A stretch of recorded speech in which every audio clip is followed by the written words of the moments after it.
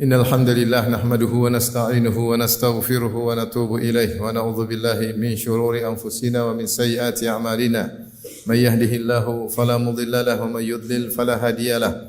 Wa asyhadu an la ilaha illallah wahdahu la syarika lahu wa asyhadu anna Muhammadan abduhu wa rasuluhu la nabiyya ba'dah. Ya ayyuhalladzina amanu taqullaha haqqa tuqatih wa la tamutunna illa wa antum muslimun. فإن أصدق الحديث كتاب الله وخير الهدى هدى محمد صلى الله عليه وسلم وشر الأمور محدثاتها وكل محدثة بدعة وكل بدعة ضلالة وكل ضلالة في النار. معاشر المسلمين أوصيكم ونفسي بتقوى الله فقد فاز المتقون. Nabi sallallahu alaihi wasallam bersabda, "Ma naqasat sadaqatun min mal," bahwasanya sedekah tidak mengurangi harta. Wa ma zada 'abdan bi afwin illa izzan. Tidaklah seorang hamba memaafkan kecuali semakin tinggi kedudukannya. Wa ma tawadha ahadun lillahi illa rafa'ahu. Tidaklah seorang tawadhu merendahkan diri karena Allah kecuali Allah semakin mengangkatnya. Ini tiga perkara yang kalau dilihat secara zahir sungguhnya sulit untuk dilihat secara nyata. Tetapi realitanya Allah memberikan di balik atau berlawanan dengan apa yang kita lihat. Seperti yang pertama, sedekah. Kalau orang bersedekah, zahirnya hartanya kurang. Jika dia punya uang 100 ribu, dia sedekahkan 10 ribu, maka tinggal 90 ribu. Tetapi kata Nabi, ma naqasat sadaqatun min mal, bahwasanya sedekah tidak mengurangi harta. Demikian juga kalau orang memaafkan, mengalah, seakan-akan dia rendah, seakan-akan dia kalah. Tetapi kata Nabi sallallahu alaihi wasallam, ya, wa ma zada 'abdan bi afwin illa izzan. Tidaklah seorang memaafkan kecuali dia semakin tinggi, semakin mulia. Kemudian juga orang yang tawadhu, merendah diri. Zahirnya seakan-akan dia rendah, tapi ternyata Allah meninggikannya. Kata Nabi sallallahu alaihi wasallam, "Wa ma tawadha ahadun lillahi illa rafa'ahu." Tidaklah seorang yang tawadhu kecuali Allah akan meninggikannya. Oleh karena dalam lafal yang lain Rasulullah SAW bersabda, "Thalathatun uqsimu alaihinna." Tiga perkara aku bersumpah atas tiga perkara tersebut. Karena harus ditekankan agar diyakini. Di antaranya kata Nabi SAW, "Ma naqasa malu 'abdin min sadaqah." Bahwasanya harta seorang hamba tidak akan berkurang karena sedekah. Ma'asyiral muslimin, terlalu banyak dalil yang menunjukkan bahwasanya sedekah jika kita keluarkan tidak mengurangi harta kita, bahkan menambah harta kita, baik secara kamman wa kaifan, baik secara kuantitas maupun kualitas. Ada beberapa sisi yang disebutkan oleh para ulama bahwasanya jika seorang bersedekah maka hartanya bertambah. Yang pertama, jika dia bersedekah maka Allah Subhanahu wa taala akan menggantikan dengan lebih banyak. Sisi pertama, Allah akan gantikan dengan lebih banyak. Seperti firman Allah Subhanahu wa taala, "Yamhaqullahu riba wa yurbis sadaqat." Allah menghancurkan riba dan Allah yurbi, yaitu menyuburkan sedekah, yaitu menambah sedekah tersebut. Sedekah menambah harta. Makanya Allah mengatakan wa yurbis sadaqat, yaitu Allah menyuburkan sedekah, yaitu dengan menambah harta terhadap orang yang bersedekah.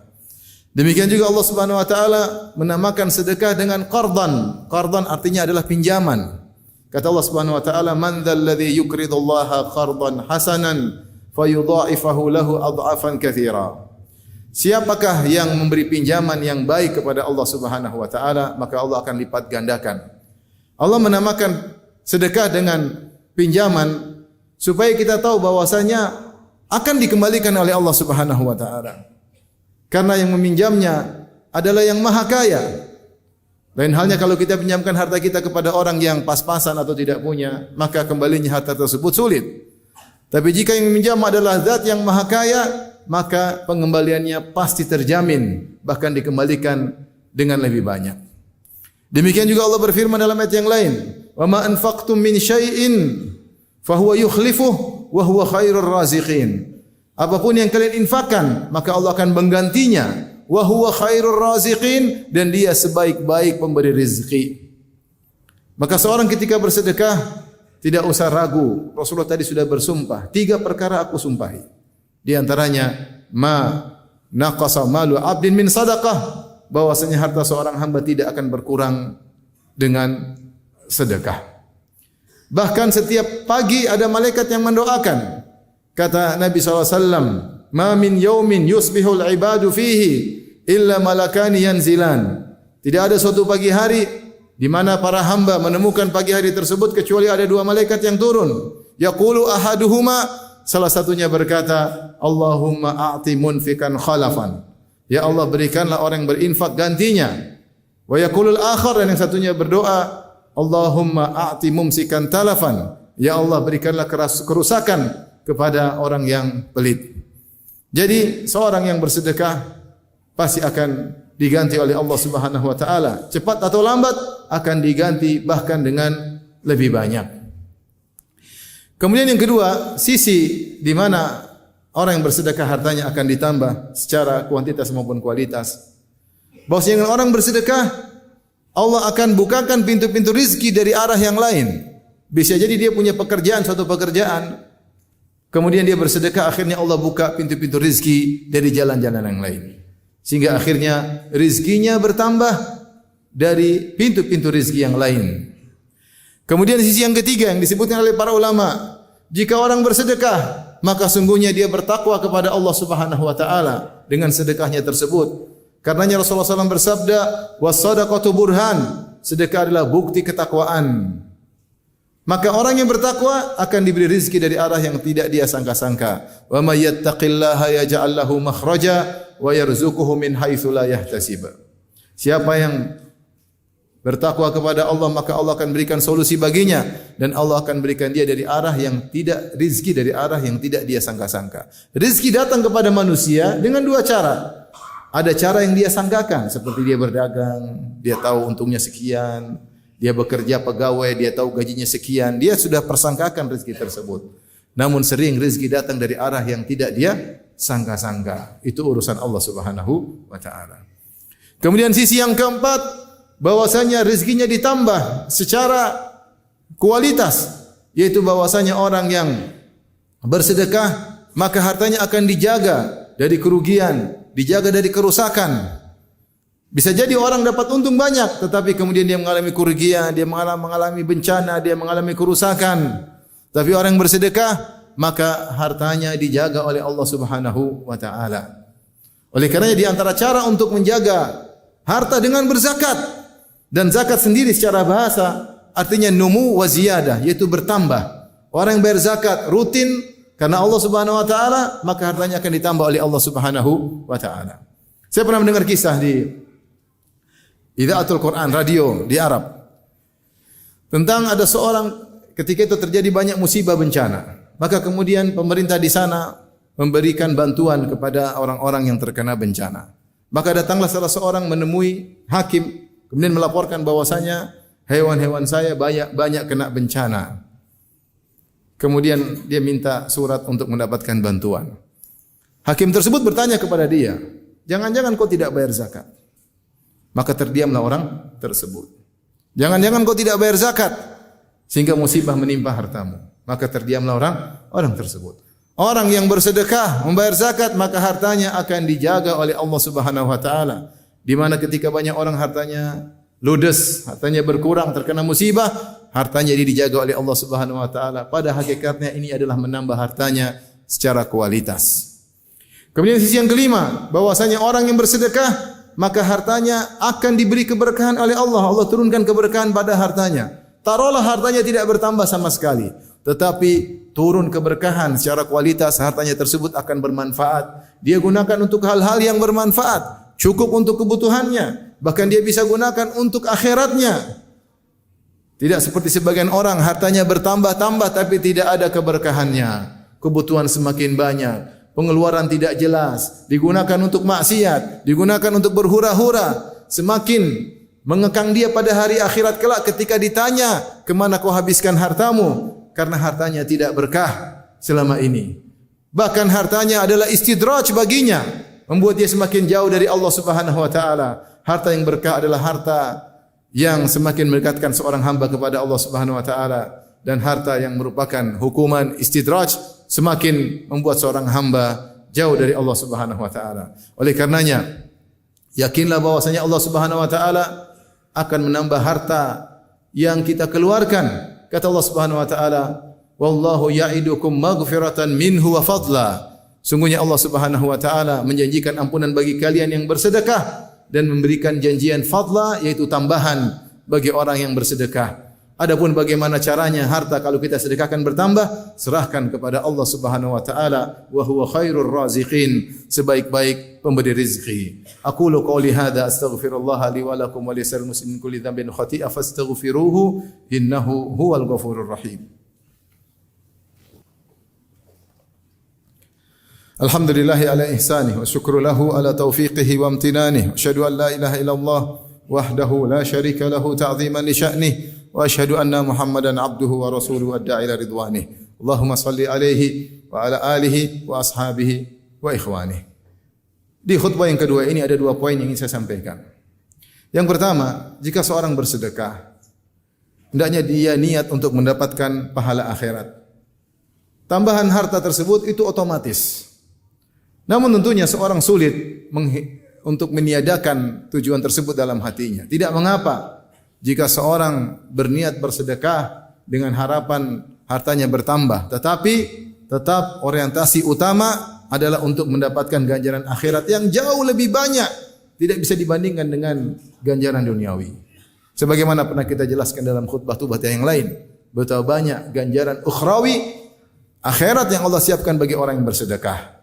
Maka tidak boleh seorang ketika bersedekah niatnya hanya untuk mencari dunia, hanya untuk hartanya dilipat gandakan. Tidak boleh, hukumnya haram. Siapa yang bersedekah niatnya hanya supaya hartanya banyak, maka dia tidak akan mendapatkan apa-apa di akhirat. Kata Allah Subhanahu wa taala, "Man kana yuridul hayatad dunya wa zinataha, nuwaffi ilaihim a'malahum fiha wa hum fiha la yubkhasun. Ulaika alladziina laysa lahum fil akhirati illa an-nar. Wa habita ma sana'u fiha wa batilu ma kanu ya'malun." Kata Allah Subhanahu wa taala, siapa yang beramal hanya ingin mendapatkan dunia dan perhiasannya, maka kami berikan di dunia dan tidak akan dikurangi, tapi mereka tidak akan mendapatkan apa-apa di akhirat kelak kecuali neraka jahanam. Oleh karenanya ketika Allah menyebutkan tentang orang-orang yang berhaji, ternyata orang berhaji ada 2 model doa mereka. Dalam surat Al-Baqarah kata Allah Subhanahu wa taala, "Faminhum faminan nasi may yaqulu rabbana atina fid dunya wa ma lahu fil akhirati min khalaq." Di antara manusia, di antara jemaah haji, ada yang berdoa, "Ya Rabb kami, berikanlah kami kebaikan di dunia." Tok, kebaikan di dunia. Mintanya dunia melulu. Kata Allah, "Fama lahu fil akhirati min khalaq." Maka di akhirat dia tidak akan mendapatkan apa-apa. Wa minhum may yaqulu rabbana atina fid dunya hasanah wa fil akhirati hasanah wa qina adzabannar. Sementara sebagian jemaah haji berdoa minta dua-duanya dengan berkata, "Rabbana atina fid dunya hasanah." Ya Rabb kami berikanlah kebaikan bagi kami di dunia, rezeki dan yang lainnya. Wa fil akhirati hasanah, berikanlah kami surga di akhirat. Wa qina adzabannar, dan jauhkanlah kami dari azab neraka jahanam. Maka seorang ketika bersedekah, orientasi utamanya adalah untuk meraih pahala di akhirat. Ganjaran dunia hanyalah sedikit, tidak ada apa-apanya dibandingkan dengan akhirat. Perkara yang kedua, pintu sedekah secara umum memang terbuka bagi orang-orang yang diberi kemudahan rezeki, lapang rezeki oleh Allah Subhanahu wa taala. Namun bukan berarti orang yang rezekinya sedikit tidak bisa bersedekah. Orang yang rezekinya sedikit juga boleh bersedekah semampu dia. Makanya Rasulullah SAW berkata, "Ittaqun naro walau bisyikki tamrah." Jagalah dirimu dari neraka jahanam meskipun hanya bersedekah dengan sepenggal korma. Ibarat kau tidak punya di rumah kecuali hanya beberapa butir korma. Kau hanya bisa bersedekah dengan sepenggal korma, maka sedekahlah. Bahkan terkadang jika sedekah sedikit dengan tulus, maka lebih bernilai di sisi Allah daripada sedekah yang banyak. Dalam hadis yang hasan, kata Nabi SAW, "Sabaqa dirhamun mi'ata alfi dirham." Sungguhnya 1 dirham mengungguli 100.000 dirham. 1 dirham lebih dahulu daripada 100.000 dirham. Qalu kaifa dzalik? Para sahabat bertanya, bagaimana bisa ya Rasulullah 1 dirham mengalahkan 100.000 dirham? Kata Nabi SAW, "Rajulun lahu dirhamani, fa akhadha ahadahuma fatasaddaqa bihi." Ada seorang yang punya harta cuma 2 dirham. Dia tidak punya harta kecuali 2 dirham. Ini bukan orang kaya. Lantas dia mengambil salah satunya, kemudian dia sedekahkan.